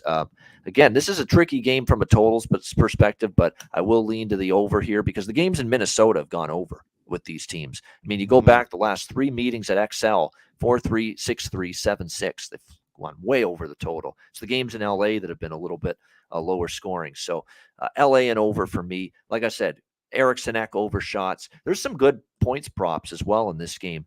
Zuccarello assist. Do you know that Zuccarello, and it's been him, Kaprizov, and Eriksson. Let's be honest. That's been the offense for Minnesota since the break. Nobody else has done anything pretty much other than those guys. Although Hartman got the game winner off his ricocheted off him, but mostly it's been Zuccarello, it's been Eriksson, and it's been Kaprizov since the break for Minnesota, where they've been slumping offensively. But Matt Zuccarello has an assist in 8 of the last 10 games here for the Minnesota Wild, and it's minus 145 for him to get an assist tonight. That's good percentage. It's good, that's a good price considering he's gotten an assist in 8 of the last 10 games. Zuccarello has a power play point in 3 straight games. If you want power play point, you don't want to lay a point. You don't want to take his overs just to get a point period because it's way too big of a price. But if you want his over power play point or to get a power play point for Zuccarello, it's plus 138, plus 135. It's a really good price on that. So Zuccarello, I'd target him. Sean Durzi for the LA Kings is on a little bit of a mini point streak, 3 straight games with at least a point for the LA Kings. Oh, and Arvidsson over shots on goal starting to trend up as well. So there's another one. But Durzi to get a point is plus 185 tonight. And again, he's gotten a point in 3 straight games, the blue liner for the LA Kings. So again, great value on that, considering we've seen an uptick. He's getting the power play minutes. He's shooting the puck a little bit more, 3 and 4 shots in 2 of the last 3 games. Like I said, on a 3-game point scoring streak, really great price considering that. 3-game point streak for Durzi, plus 185 tonight to get a point in this game. So again, another really good prop here on a game where on a night where we're going to have a lot of props in play, which is going to make the betcast even more exciting tonight. All right, Vegas and Chicago. Golden Knights, Blackhawks. We've got Chicago. Vegas minus 280, road favorite, 6.5 the total in this game. This is one where, look, Chicago got the win against Toronto. They've had these instances where they have stepped up and they've played good hockey, but they're going to go with Mrazek tonight, and so that throws Chicago in the dumpster for me. I don't want Chicago with Mrazek in net. I want him with Stauber in net. Jackson Stauber's now 4-1 after that win against Toronto on Sunday night as a starting goaltender. For the Blackhawks. That young kid's played well. I don't want to hear this nonsense about undrafted and played at Providence College and that BS. He's playing well right now. Throw those numbers and throw that, and he was not drafted and all that away right now. He's playing well for the Blackhawks, Stauber. But it won't be him in net tonight. It'll be Peter Mrazek, and it'll be Laurent Brossoit here for the Vegas Golden Knights tonight. With obviously, I think Logan Thompson, we know, is still out indefinitely, and Aiden Hill who's been starting lately for the Vegas Golden Knights. He didn't practice Monday. He got nicked up in the Tampa Bay game. He finished that game, but apparently he was feeling sore yesterday and didn't practice. And Bruce Cassidy said that they're just going to give Adin Hill one game to at least to just sit out. He's not even going to dress tonight. So it's going to be Laurent Brossoit starting for the Golden Knights, and Michael Hutchinson has been called up from Henderson, the Silver Knights, in the AHL to be the backup for Laurent Brossoit tonight. So hold on, Hutchinson and Mrazek in the same game. I'm having Leaf two former Leaf goalies, yeah. two spectacular former Leafs in net, possibly if something were to happen to Brossoit tonight. Yeah. So I am interested in the over. Brossoit hasn't played in the NHL for a very long time. The problem is Vegas is not exactly a team that wants to play, track meet hockey up and down. They did get into one of those games against Tampa Bay, but prior to that, Vegas had been, doing a pretty good job defensively. Chicago's gone over in 3 straight. I mean, I still think the over's a pretty decent look here. At 6.5, I just based on the goaltending matchup. Brossoit's been capable at times, but we haven't seen him up with the big club, and I think it's a telling sign that Adin Hill, they went out and got Adin Hill in the offseason. Like Laurent Brossoit was the backup to Thompson last year. They didn't feel good enough about Brossoit that they brought in Adin Hill. So there must be some belief with the management group, McCrimmon and McPhee, upstairs for Vegas, that they just don't feel like Brossoit is a consistently reliable backup tendy. That's my guess as to why they went out and got Adin Hill. So that's why I have my doubts. And the one thing about Chicago is they can still score goals. The over is appealing a little bit to me in this game between these two teams. And as far as the props go, I think Patrick Kane, that was the game that reinvigorated him, Toronto. He knows now the talks and the scuttlebutt about him being dealt is back on now after that game against the Leafs on Sunday. And I think he's starting to feel it again. And it wouldn't surprise me to see him make an impact offensively tonight in this hockey game for the Chicago Blackhawks. If you actually look, Kane also has gone over his shots on goal in 3 straight games. What's that mean? He's shooting the puck more. I think he wants to start scoring more. So, Kane to get a goal, probably worth a look tonight in this game at plus 250. And shots on goal over 2. You could either go over 2.5, minus 175, minus 180, lay a big price, or some books have it at over 3.5, plus 125 for Patrick Kane. But I think anything Kane might be worth a look here tonight in this hockey game. What else have we got here? Oh, Shea Theodore for the Golden Knights on the blue line is on a 3-game point streak, minus 125 to get a point tonight. Shea Theodore for the Vegas Golden Knights. I like that. For again, we're looking at undervalued player props. There's one for Vegas because you're only laying a short price there, minus 125. To get an assist is plus 120. He's also gotten an assist in 3 straight games for the Vegas Golden Knights coming into tonight. So good looks there. Athanasiou over shots on goal. He's gone over that in 3 straight. Worth a look. Over 2.5 is plus 145. It's a really good price on that because he hasn't been shooting the puck consistently, but now all of a sudden, Athanasiou, he's gone over that shots on goal prop in 3 straight games, and you're getting over 2.5 at plus 145. A great price. Domi to get an assist for the Blackhawks tonight. Playing great. That price is plus 165. Domi has gotten an assist in 3 straight games for Chicago. So you've got some real good prices, real good bargains for player props in this Golden Knights Blackhawks game. Stark, what do you think here, Vegas, Chicago? Vegas being at the top of the Pacific Division, despite their injuries, despite their kind of up and down season, it's pretty amazing. It really shows you the depth they have, great coaching.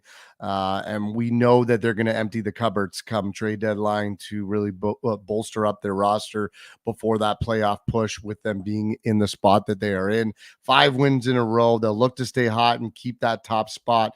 You can't lose to the bottom feeding Chicago Blackhawks. They got to get these wins. They got to keep these points going. Peter Mrazek in net really scares me. 3.95 goals against average. I just don't know if I can take Vegas, in a regulation situation. Again, these big numbers, they scare me so much. It's not worth it. But I like these better teams to come out hard and fast early. So I'm going to like Vegas on the puck line for the first period. Plus 115 is where I saw it at. And I'm also going to take the over because both these goalies are going to stink and there's going to be lots of goals. So the over 6.5. I like that one as well. All right, liking the over here as well with Brossoit and Mrazek, of course, being the two goalies here. Maybe Hutchinson, never know. Maybe come in halfway through the game. Yeah, I agree with that. And by the way, Marchessault, 7 of the last 10 games, he's gone over his shots on goal prop for Vegas. Jonathan Marchessault, and 2 straight he's gone over as well. John Masserol, as Don Cherry once called him. We always loved the old Don Cherry name pronunciation mistakes. And yeah, that was one of the classic ones. John Masserol for the Vegas Golden Knights. But yeah, he's been trending with the shots on goal as well of late. So it's a good prop game. Again, we're going to have a lot of props in action. It's going to make the betcast more entertaining and more exciting tonight. That is for sure. All right, final game now of this Tuesday card. Philadelphia Flyers, Edmonton Oilers. This will be the last game of our betcast tonight. Edmonton minus 320, home favorites, 7 the total in this one. This is the end of the road trip for Philadelphia. It's been a long one. It had been a very frustrating one the way it started in Seattle and Vancouver. They lost both of those games 6-2, but they took advantage of a Calgary team that finds ways to lose. And give the Flyers credit. They were opportunistic. I don't know what Mackenzie Weegar was doing on the 4th Philadelphia goal. He's way up at the blue line. He totally abandoned Nikita Zadorov, his defense partner there. And the next thing you know, Allison for the Flyers is all by his lonesome at the side of the net for the easiest fucking tap-in on Jacob Markstrom that you'll ever get for that 4-3 goal. I could have scored that goal, honestly. He was so wide open. I just had to put my stick out, as long as I don't fall down on my keister on skates, which is actually maybe asking a lot. I probably would have been able to score there in that spot. But Allison was all by himself. So you can blame Markstrom all you want if you're Calgary Flames fans, but he's got to get a little help from his team in front of him, and he didn't on that game-winning goal. And the Flyers, though, credit to them, 4-3 win over Calgary. They got good timely saves from Samuel Ersson, who was in net on the front end of the back-to-back last night for the Philadelphia Flyers.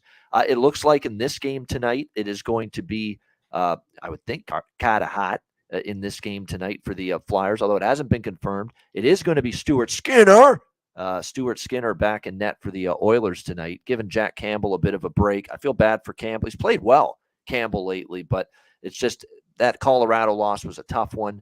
I think there were a couple of goals that beat him short side. You wish maybe he could have stopped them. But again, it's more of a product of Edmonton. Now, back-to-back games where they've struggled to protect and defend leads. And this is going to be the same old theme that we keep coming back to talking about with this Edmonton team. Their ability to protect and play shutdown hockey in a third period. And again, it has now been something that has cost them in 2 straight games here against the Rangers and the Avalanche in that loss on Sunday as well. But certainly Edmonton back home now after these 2 losses. They've lost now 4 in a row. The draw might be worth a look here, honestly. You look at Philly, that game with Calgary almost went to overtime last night. Edmonton's played 3 straight games that have gone past regulation. So the draw, I'm going to sprinkle on that tonight in this game with the Flyers and the Oilers. The draw, which is currently in this game at plus 450 at Pinnacle for the draw with the Flyers and the Oilers. Why not? Why not? They've been the kings of going past regulation lately, the Edmonton Oilers. So plus 450. They don't seem to be winning games easily, if at all, but based on the fact they've lost 4 in a row, 5 of the last. Just like they're scoring. Offense isn't the issue. But these games that they've lost, I mean, they beat Ottawa 6-3, but the loss to Montreal, they give up 6, 5 to Detroit, 5 to the Rangers, 6 to Colorado. But in those games, they scored 2, and then the last 3 games, they scored 4, 4, and 5, which is also why they're trending over the total. I kind of want to take the over, but I'm not taking it at 7. We do have a bet cast tonight. What we're going to do is we're going to wait. Maybe this is a 0-0 game after the first 10 minutes or so. The total will drop to 6.5. Maybe even like the Anaheim-Florida game yesterday, Stark. That game, with the total was 7. I was able to get on a 5.5 with the live total in that Anaheim-Florida game yesterday. Maybe we get that here. And that's what I'm going to look for. This is a perfect opportunity to bet the total live as opposed to pregame, because I don't want it at 7. Let's see if we get a 6.5 or maybe even a 5.5 during the game, and then I'll jump on a live over at that point. And as far as props go for this one, the Nuge has an assist in 7 of the last 10 games, and Zach Hyman has an assist in 7 of the last 10 games. Let me see what the Nuge point prop is, because Ryan Nugent-Hopkins has been just piling up the points every single game. It might be a little too expensive, but we'll see. It's minus actually, it's not that. It's over 1.5 now at plus 140. So they've adjusted it to 1.5. It's still not a bad look, but to get an assist, Nugent-Hopkins in this game, it's pretty pricey. So if you're going to bet, it's minus 185. So if you're going to bet that, you got to look at putting it in a parlay of some kind. Zach Hyman, your former Leaf, you know him very well, Stark. Zach Hyman, 7 of the last 10 games, he has an assist for the Edmonton Oilers. His assist prop is only minus 120. So that's a good look, in my opinion, tonight. Zach Hyman assist. Now, he's obviously a capable goal scorer, too, but the assist prop in particular, he's been setting up his line mates lately, Zach Hyman, quite well. So keep an eye on that. Definitely Zach Hyman assist, minus 120. Looks like a good prop look in this game.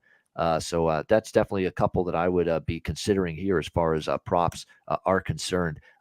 Stark, what do you think here? Final game, Flyers. Yep. Oilers. And I feel like we talked about this the last time I was on the show just before the holidays, and the Oilers and their run and gun offense and how good it is. But the problem was goaltending. They have no goaltending. They can't get it. They lose 4 in a row right now, and all of those games hit the over.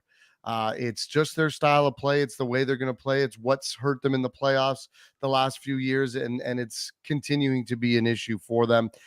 Having said that, 7 is just too big of a number. I agree. And I'm kicking myself right now because I saw it this morning at 6.5. It quickly changed to 7.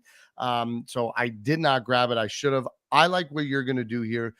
Wait till the live in game, wait 5 minutes in, 10 minutes in, see what it's like, see if you can get it down at 6 and possibly even lower, because there are going to be goals eventually, because this Flyers team should not and cannot keep up with the Oilers. Now, the pregame bet I like for this one is actually Oilers puck line. I think it's minus 125, 130.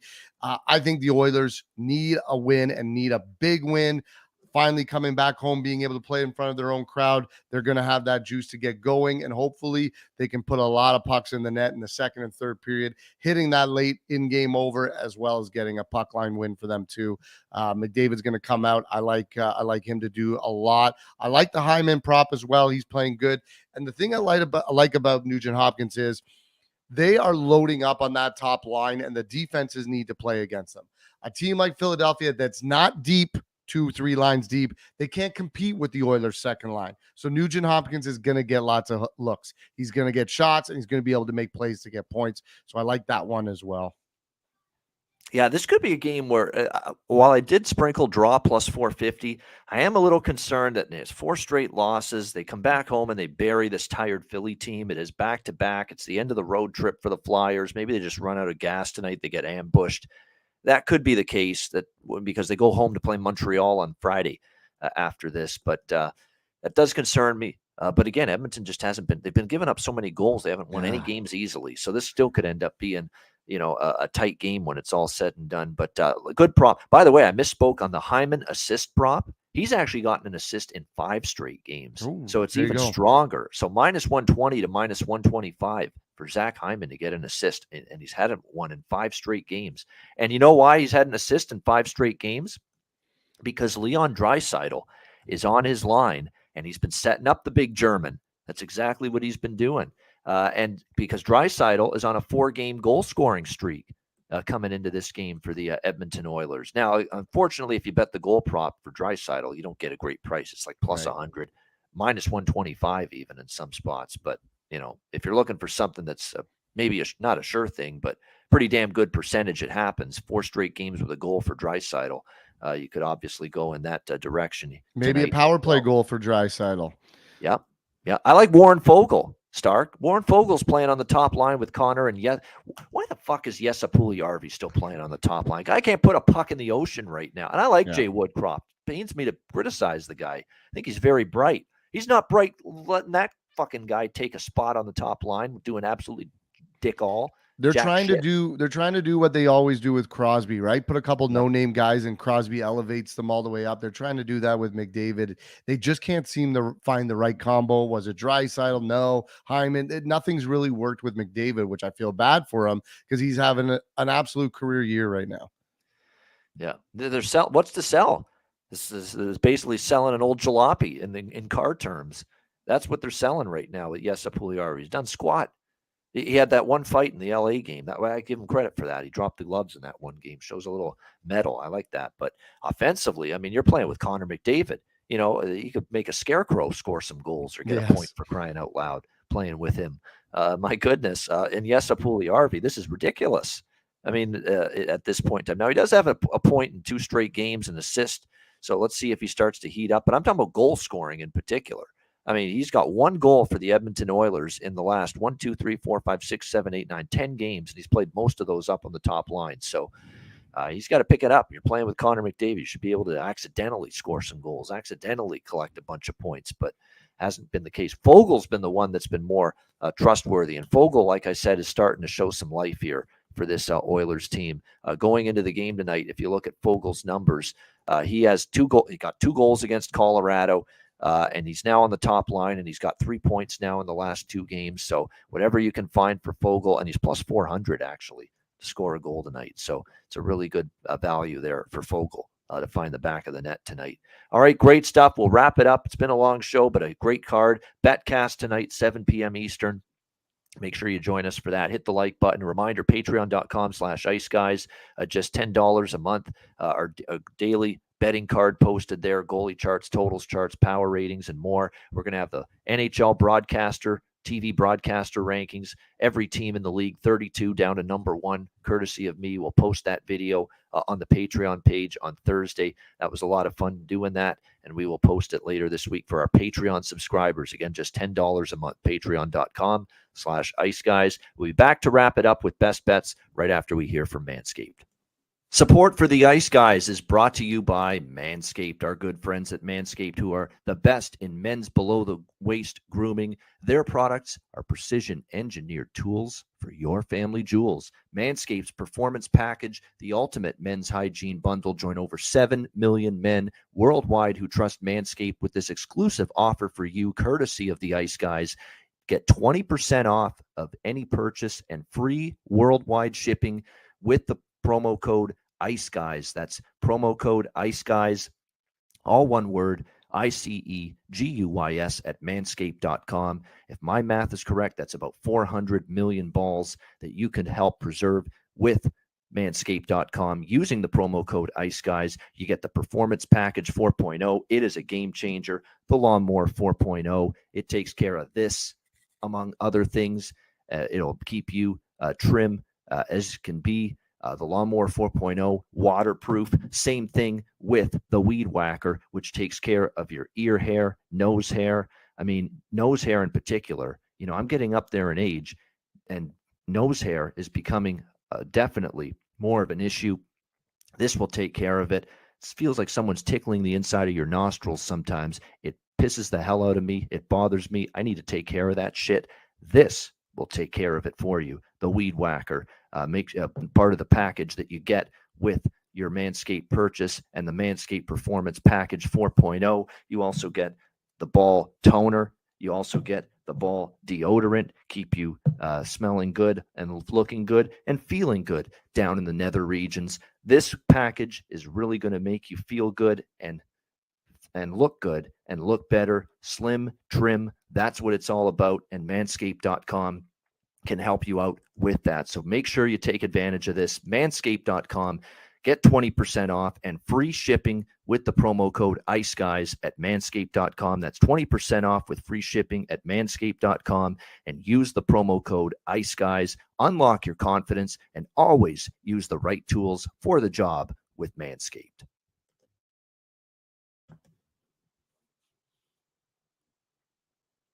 All right, we are back here on the Ice Guys and ready to wrap it up with best bets, but we're not done for the day. Make sure you're back with us tonight for the Betcast live at 7 p.m. Eastern time. Stark, what do you got for us for best bet? Yeah, I'm going back to the first game that we did discuss today, and that is the Tampa Bay Lightning. Anaheim is going into Tampa Bay. We talked about them coming off, 2 losses, Arizona and Vegas. Probably not happy, but a good veteran group. So my best bet is that Tampa Bay is going to come out red hot in the first period. I'm taking the Lightning puck line in the first period. -125 is what I saw it at. All right, there we go. Liking the Tampa Bay Lightning to start strong. -0.5, -125 against Anaheim. First period puck line for Stark with his best bet. My best bet for this Tuesday card, lots to choose from, but we're going to go back to the well with, you guessed it, another Vancouver Canuck over. Shocker. Vancouver and Nashville over 6.5, -130. I think we see goals. Don't look now. UC Saros is not playing nearly as well of late. 4+ goals allowed in 3 of his last 4 starts. It's actually been an over series history with Vancouver and Nashville. I forgot to mention that actually when we were talking about this game. The over has been very strong. These 2 straight meetings have gone over the total between these 2 teams. Even in the longer term, we have seen 11-3 to the over in the last 14 head-to-head meetings, 5-2 to the over in the last 7 meetings in Nashville between the Canucks and Predators. Look for more of the same tonight. Vancouver, Nashville, over 6.5, -130 for my best bet for this Tuesday NHL card. And that'll wrap up this edition of the Ice Guys. Thanks to everyone for joining us. Hit the like button on the way out. And we'll see you tonight for the Betcast. DM me or email bobano350@gmail.com to join us for that. A reminder, the Ice Guys is live 7 days a week, Monday to Friday, 2 p.m. Eastern, Saturday and Sunday, noon Eastern. If you can't watch the show live, download the Ice Guys podcast in audio form on all major podcast platforms: Google Podcasts, Apple Podcasts, Spotify, Stitcher, iHeartRadio, Amazon Music, and more. Download the Ice Guys podcast when you can't watch the show live. For Stark, thank you, Ian Starkman. I should throw out his real name every now and then for joining us. I'm Ian Cameron. Have a great Tuesday. Enjoy the games and good luck. We'll see you for the Betcast, 7 p.m. Eastern tonight, presented by National Hockey Now.